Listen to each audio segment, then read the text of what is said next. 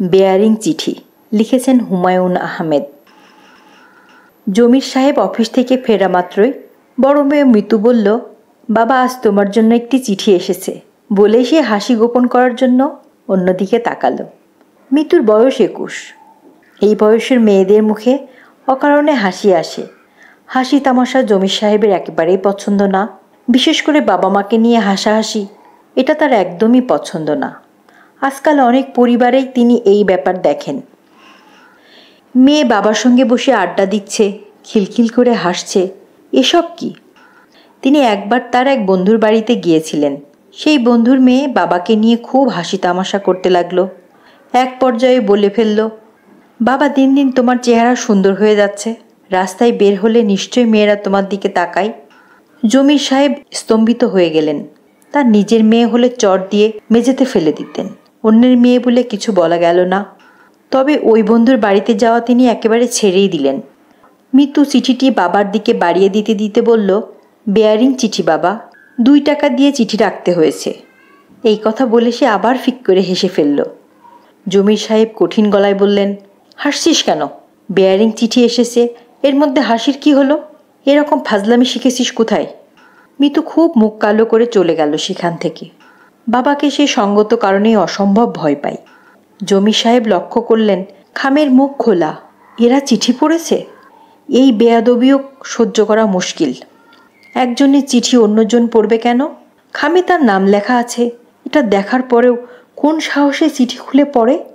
রাগে জমির সাহেবের গা কাঁপতে লাগলো। এই অবস্থায় তিনি চিঠি পড়লেন। 1 বার, 2 বার, 3 বার। তার মাথা ঘুরতে লাগলো। সুস্মিতা নামের এক মেয়ের চিঠি। তার কাছে লেখা, সম্বোধন হচ্ছে প্রিয়তমেষু। এর মানে কি? সুস্মিতাই বা কে? সুস্মিতা নামের কাউকেই তিনি চেনেন বলে মনে করতে পারলেন না। কলেজে পড়ার সময় কমলা নামের এক মেয়ের প্রতি খুব দুর্বলতা অনুভব করেছিলেন। মেয়েটির বিয়ে হয়ে যাবার পর দুর্বলতা কেটে যায়। এছাড়া অন্য কোনো মেয়েকে তিনি চেনেন বলে মনে করতে পারলেন না।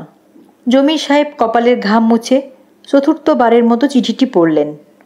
প্রিয়তমেষু, তুমি কেমন আছো? তোমার কথা খুব মনে হয়। তোমার শরীর এত খারাপ হয়েছে কেন? শরীরের আরও যত্ন নেবে। আমি দেখেছি তুমি বাসে যাওয়া আসা করো। তোমাকে অনুরোধ করছি, সপ্তাহখানেক বাসে উঠবে না। কাল তোমাকে নিয়ে একটা দুঃস্বপ্ন দেখেছি। দুঃস্বপ্নটা হচ্ছে তুমি বাসে উঠতে গিয়ে পা পিছলে পড়ে গিয়ে পা ভেঙে ফেলেছ। স্বপ্নকে গুরুত্ব দেওয়ার কোনো মানেই হয় না। তবুও অনুরোধ করছি, 1 সপ্তাহ বাসে উঠবে না। বিনীতা, তোমার সুস্মিতা। জমির সাহেব 5মবারের মতো চিঠি পড়তে শুরু করলেন। মোটা নিবের কলমে গোটা গোটা অক্ষরের চিঠি। চিঠিতে তারিখ বা ঠিকানা কিছুই নেই। হলুদ রঙের চিঠি। কাগজ থেকে হালকা ন্যাপথলিনের গন্ধ আসছে। বাবা, তোমার চা। মিতু চায়ের কাপ এনে বাবার সামনে রাখল। তার মুখ থমথম করছে। বাবার ধমকের কথা সে এখনো ভুলতে পারেনি। জমির সাহেব মেয়ের দিকে তাকিয়ে অস্বস্তির সঙ্গে বললেন, কে লিখলো কিছুই বুঝতে পারছি না। সুস্মিতা নামের কাউকে আমি চিনিই না। মিতু বলল, চিনি হয়েছে কিনা দেখো। জমির সাহেব চায়ের চিনির ব্যাপারে কোনো আগ্রহ দেখালেন না। শুকনো গলায় বললেন, তোর মা এই চিঠি পড়েছে? হ্যাঁ। বলেছে কিছু? না। বুঝলে মিতু, সুস্মিতা নামের কাউকেই চিনি না। আর ধর যদি চিনতামও, তাহলে কি এই রকম একটা চিঠি কেউ লিখতে পারে? ছিছি, লজ্জায় আমার মাথা কাটা যাচ্ছে।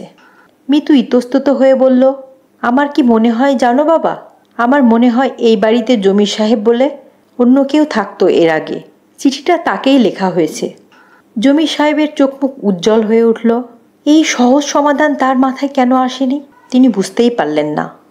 মিতু, মেয়েটার মাথা তো বেশ ভালো। সায়েন্সে দেয়া ভালো ছিল। গাধার মতো আমি মেয়েটাকে আর্টস পড়ালাম। তিনি চায়ে চুমুক দিয়ে বললেন, খুব ভালো চা হয়েছে মা, খুব ভালো। তোমার মা কোথায়? নানুর বাড়ি গেছে। মা নানুর বাড়ি গেছে, এই বাক্যটি জমির সাহেবের খুব অপছন্দের বাক্য। শাহানার বাড়ি মিরপুর 6 নম্বরে। ওই বাড়িতে গেলেই শাহানা রাত থেকে যায়, আজও থেকে যাবে। তবে আজ জমির সাহেব অন্যদিনের মতো খারাপ বোধ অনুভব করলেন না। শাহানা থাকলে নিশ্চয়ই চিঠিটা নিয়ে কথা হতো। গম্ভীর গলায় কথা বলতো। শাহানার কথা ইদানিং খুব অসহ্য লাগছে তার। রাগি রাগি কথা আরও অসহ্য লাগবে। ভালোই হয়েছে না থেকে। মিতু, জি বাবা। তোর মা মনে হয় থেকে যাবে না ও বাড়িতে? হ্যাঁ বাবা। তোর মা কিছু বলেনি চিঠি পড়ে? না। তোর কি মনে হয় রাগ করেছে? রাগ করেছিল, আমি বুঝিয়েছি অনেক। মেয়ের প্রতি কৃতজ্ঞতায় জমির সাহেবের মন ভরে গেল। মেয়েটাকে সায়েন্স পড়ানো উচিত ছিল। সায়েন্স না পড়িয়ে ভুল হয়েছে তার। আর্টস পড়বে গাধা টাইপের মেয়েরা। তার মেয়ে গাধা টাইপের নয়, বুদ্ধি আছে, বাপের প্রতি ফিলিংসও আছে। পরদিন যথারীতি জমির সাহেব অফিসে রওনা হলেন। একবার মনে হলো বাসে না গিয়ে একটা রিক্সা নিয়ে যাবেন। পর মুহূর্তেই এই চিন্তা মন থেকে ঝেড়ে ফেললেন। ফালতু একটা চিঠি নিয়ে কিছু ভাবার কোনো মানেই হয় না। এইসব জিনিস প্রশ্রয় দেওয়াই উচিত না। জিগাতলার মোড়ে অন্য সব অফিস যাত্রীর মতো তিনি একটা টিফিন বক্স এবং ছাতা হাতে বাসের জন্য অপেক্ষা করতে লাগলেন এবং যথারীতি প্রচণ্ড ভিড়ে ঠেলাঠেলি করে বাসে উঠে পড়লেন। বাস ছেড়ে দিল। সেই মুহূর্তে কিছু একটা হলো তার। মনে হলো ছিটকে বাস থেকে পড়ে যাচ্ছেন। তিনি একসঙ্গে অনেক লোকের চিৎকার শুনলেন, থামো থামো। জমির সাহেব রাস্তায় ছিটকে পড়ে জ্ঞান হারালেন। জ্ঞান হলো হাসপাতালে। তার বাম পা হাঁটুর নিচে ভেঙেছে, এক জায়গায় না 2 জায়গায়। মিতু এবং সাহানা মাথার কাছে বসে আছে।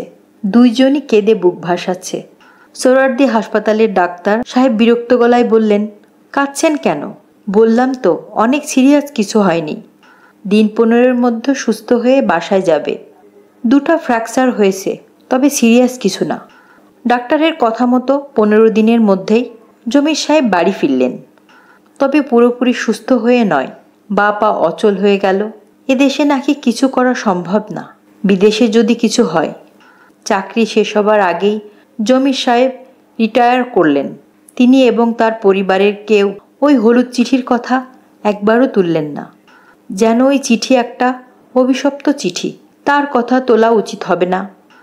চিঠিটা জমির সাহেবের শোবার ঘরের টেবিলে 3 নম্বর ডয়ারে পড়ে রইল। মাঝে মাঝে জমির সাহেব চিঠিটা বের করে পড়েন এবং তার অচল পায়ের দিকে তাকিয়ে থাকেন। সেই রাতে তার এক ফোঁটা ঘুম হলো না। কেমন যেন ভয় ভয় করতে লাগলো। নতুন বছরের গোড়াতেই জিগাতলার বাসা উঠিয়ে উত্তর শাহজাহানপুরের সস্তায় একটা ফ্ল্যাটে চলে গেলেন। রোজগার কমেছে, এখন টাকা পয়সাও খুব সাবধানে খরচ করতে হবে। নতুন ফ্ল্যাটে 2টো মাত্র শোবার ঘর। একটিতে জমির সাহেব সাহানাকে নিয়ে থাকেন, অন্যটিতে মিতু আর ছোট বোন ইরা থাকে। জমির সাহেবের বড় ছেলে থাকে বসার ঘরে। একটা খাট ঘরে গাদাগাদি করে রাখা হয়েছে। এই বাসাটিতে মাস 3 কাটানোর পর আরেকটি বেয়ারিং চিঠি এলো। আগের মতো গোটা গোটা হরফে লেখা, মোটা কলমের নিব দিয়ে মেয়েলি অক্ষরে সুস্মিতা লিখেছে, প্রিয় তমেশু, তুমি কেমন আছো? এত দুশ্চিন্তা করছো কেন? তোমাকে দুশ্চিন্তা করতে দেখলে আমার ভালো লাগে না। সংসারে দুঃখ কষ্ট সমস্যা থাকবেই, এতে বিচলিত হবার কিছু নেই। মনে সাহস রাখো। আচ্ছা একটা কথা বলো তো, তোমার বড় ছেলেটাকে কিছুদিন ঢাকা শহরের বাইরে রেখে আসো। আমার কেন জানি মনে হচ্ছে বড় কোনো ঝামেলায় পড়বে সে। তোমাদের গ্রামের বাড়িতে ওকে কিছুদিনের জন্য পাঠিয়ে দাও না। ও যেতে চাইবে না, বুঝিয়ে সুঝিয়ে রাজি করাও। বিনীতা, তোমার সুস্মিতা। এবার আর সুস্মিতার চিঠি নিয়ে কেউ হাসাহাসি করল না। চিঠি পড়ার সময় সাহানার হাত থরথর করে কাঁপতে লাগলো। জমির সাহেব অস্বাভাবিক গম্ভীর হয়ে গেলেন। বড় ছেলে সুমনকে গ্রামের বাড়িতে পাঠানোর প্রশ্নই ওঠে না, কারণ তার বিয়ে ফাইনাল পরীক্ষা শুরু হয়েছে, 2টো পেপারও দেওয়া হয়ে গেছে। শুধু সাহানা বললেন, থাক, পরীক্ষা পরে দিবে, এখন ওকে পাঠিয়ে দাও। জমির সাহেব বললেন, দরকার আছে বলে মনে হলো না। চিঠি পাওয়ার পরেও তো 15 দিন হয়ে গেল। হোক 15 দিন, পাঠিয়ে দাও। আমার কেন যেন কিছু ভালো লাগছে না। আচ্ছা বলে দেখো, যদি যেতে রাজি হয়। সুমন যেতে রাজি হলো। শুধু যে রাজি হলো তাই না, তৎক্ষণাৎ রাজি হয়ে গেল। টাকা দিলে আজ রাতে ট্রেনেই রওনা হবে এমন অবস্থা। ঠিক হলো সে সোমবার সকালে ট্রেনে যাবে। জমির সাহেবও সঙ্গে যাবেন। গ্রামের বাড়ি ঠিকঠাক করবেন, জমি জমার খোঁজ খবর করবেন, সম্ভব হলে কিছু জমি বিক্রি করে আসবেন। টাকা পয়সার খুব টানাটানি চলছে। তাদের যাবার কথা সোমবার। তার আগের দিন অর্থাৎ রোববার ভোর রাতে পুলিশ এসে জমির সাহেবের বাসা ঘেরাও করলেন। তারা সুমনকে ধরতে এসেছে। হতভম্ব হয়ে গেল জমির সাহেব। জমির সাহেবকে পুলিশ সাব ইন্সপেক্টর আলে ডেকে নিয়ে বললেন, আপনার ছেলের বিরুদ্ধে মার্ডার চার্জ আছে। 7 দিন আগে 4 জনে মিলে একটা খুন করেছে। আপনার ছেলে এই 4 জনের একজন। আপনি বুঝিয়ে সুঝিয়ে ছেলেকে রাজসাক্ষী হতে বলেন। এতে আপনারও লাভ, আমাদেরও লাভ। না হলে কিন্তু ফাঁসি হয়ে যেতে পারে। পলিটিক্যাল প্রেশারও আছে অনেক। সুমন রাজসাক্ষী হতে রাজি হলো না। দীর্ঘদিন মামলা চলল। রায় বেরোতে লাগলো 2 বছর। 3 জনের 7 বছর করে সশ্রম কারাদণ্ড, 1 জনের ফাঁসি। আর সেই একজনই হলো সুমন। অন্য 3 জন ছেলেটাকে শুধু ধরেই রেখেছিল। খুন করেছে সুমন। ধারালো খুর দিয়ে রক কেটে দিয়েছে। 5 বছর কেটে গেছে। পরবর্তী বেয়ারিং চিঠিটা এলো 5 বছর কাটার পর।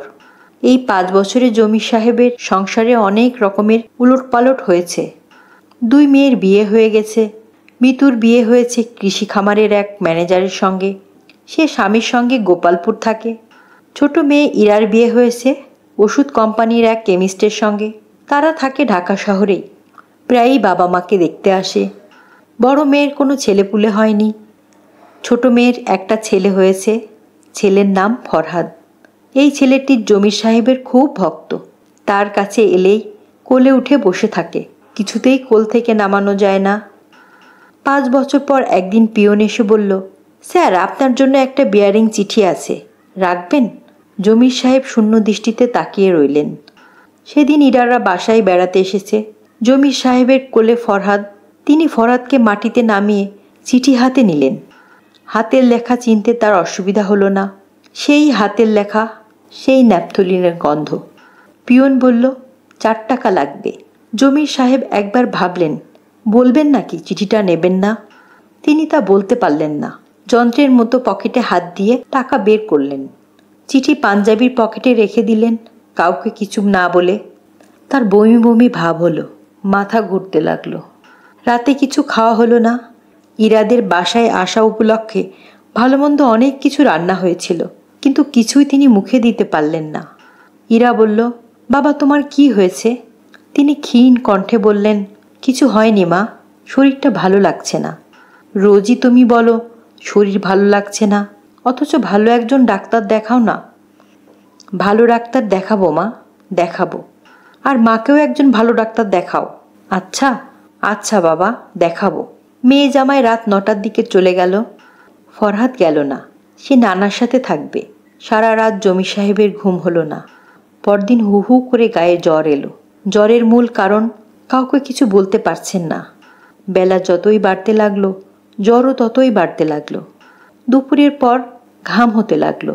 ইরা হতবম্ব হয়ে বলল, বাবা চলো, তোমাকে ক্লিনিকে ভর্তি করে আসি। আমার কিছু ভালো লাগছে না। তুমি এরকম ঘামছো কেন? হার্টের কোনো সমস্যা হলো না তো? জমির সাহেব ক্ষীণ স্বরে বললেন, চিঠি পেয়েছি মা। চিঠি পেয়েছি মানে? কার চিঠি? বেয়ারিং চিঠি। এরা দীর্ঘ সময় চুপ করে থেকে বলল, কি লেখা আছে চিঠিতে? চিঠি পড়িনি। পড়ে দেখো বাবা। না পড়েই এমন করছো কেন? হয়তো এবার ভালো কিছু থাকতে পারে। জমির সাহেব কাপা গলায় বললেন, ভয় লাগছে রে ইরা। ইরা চিঠি খুলে অত্যন্ত গম্ভীর হয়ে গেল। অন্যদের সেই চিঠি দেখালো। যারা যারা দেখল প্রত্যেকেই গম্ভীর হয়ে এলো। কারণ চিঠিতে কিছু লেখা নেই। এই সাদা একটা পাতা, শেষে নাম সই করা, বিনীত তোমার সুস্মিতা। এই সাদা আর না লেখা অংশে কি বলতে চাচ্ছে সুস্মিতা? কে সে? কেনই বা সে চিঠি লেখে? আবার আজ কেনই বা লিখল না? ধন্যবাদ সবাইকে।